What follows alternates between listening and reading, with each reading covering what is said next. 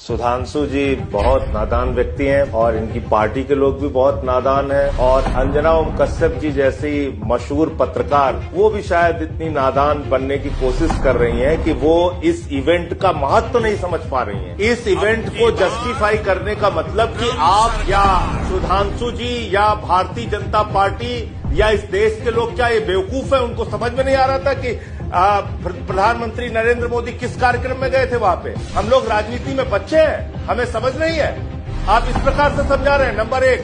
दूसरी बात, आप तो पूरे समय ऐसे बात कर रहे हैं कि इनके ऊपर टैरिफ लगा दिया, उनके ऊपर टैरिफ लगा दिया। भैया हमें दुनिया भर से क्या मतलब है? आप प्रधानमंत्री जी को विश्व गुरु और पता नहीं क्या क्या शब्दों से सुशोभित करते हैं, अवतार और महामानव शब्दों से वो अपने आप को खुद से सुशोभित करते हैं। तो आप मुझे बताइए, हिंदुस्तान के लोगों को पैरों और हाथों में बेड़ियां बांध के उनके बच्चों के साथ अमृतसर में उतारा गया, इससे क्या आपको शर्मिंदगी नहीं हुई? भारत की सरकार ने कोई विरोध दर्ज कराया? तो भारत को एक व्यक्ति लगातार अपमानित कर रहा है, टैरिफ लगा रहा है, यहां तक कह रहा है कि हम पाकिस्तान में रिजर्व खोज रहे हैं ऑयल का और एक समय ऐसा आएगा कि आपको पाकिस्तान से तेल खरीदना पड़ेगा। आईएसआई का चीफ आसिम मलिक अमेरिका गया, जो आईएसआई हिंदुस्तान में आतंकवाद की घटनाओं को बढ़ावा देने का काम करता हो। क्या यह ऑफिशियल लाइन नहीं है अमेरिका की कि हमारा दुश्मन देश जो हमारे देश के अंदर आतंकवाद का जहर घोलता है, जिसने पहलगाम किया,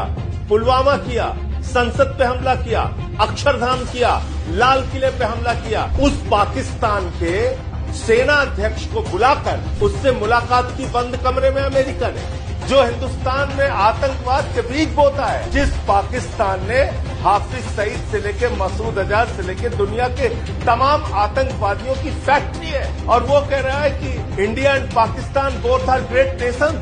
ठीक है, और इसमें हमें कुछ भी अजीब नहीं लग रहा। ठीक है, सुधांशु जी इसका जवाब देंगे। टैरिफ हमारे ऊपर लगाता जा रहा है। सुधांशु जी इसका जवाब देंगे, लेकिन अब वो बार बार इस बात को कह रहा है कि ट्रेड डील की धमकी देके, ट्रेड डील की बात कह के हमने सीज फायर कराया। ये अमेरिका के राष्ट्रपति ट्रंप का बयान है, और सीज फायर की डिक्लेरेशन अगर भारत के प्रधानमंत्री ने सबको विश्वास में लेके, पक्ष विपक्ष को, सेना को विश्वास में लेके किया होता तो शायद इतने सवाल नहीं उठते। लेकिन उन्होंने तो अचानक ऐसे समय में आए और विदेश सचिव के माध्यम से सीज फायर डिक्लेयर हुआ।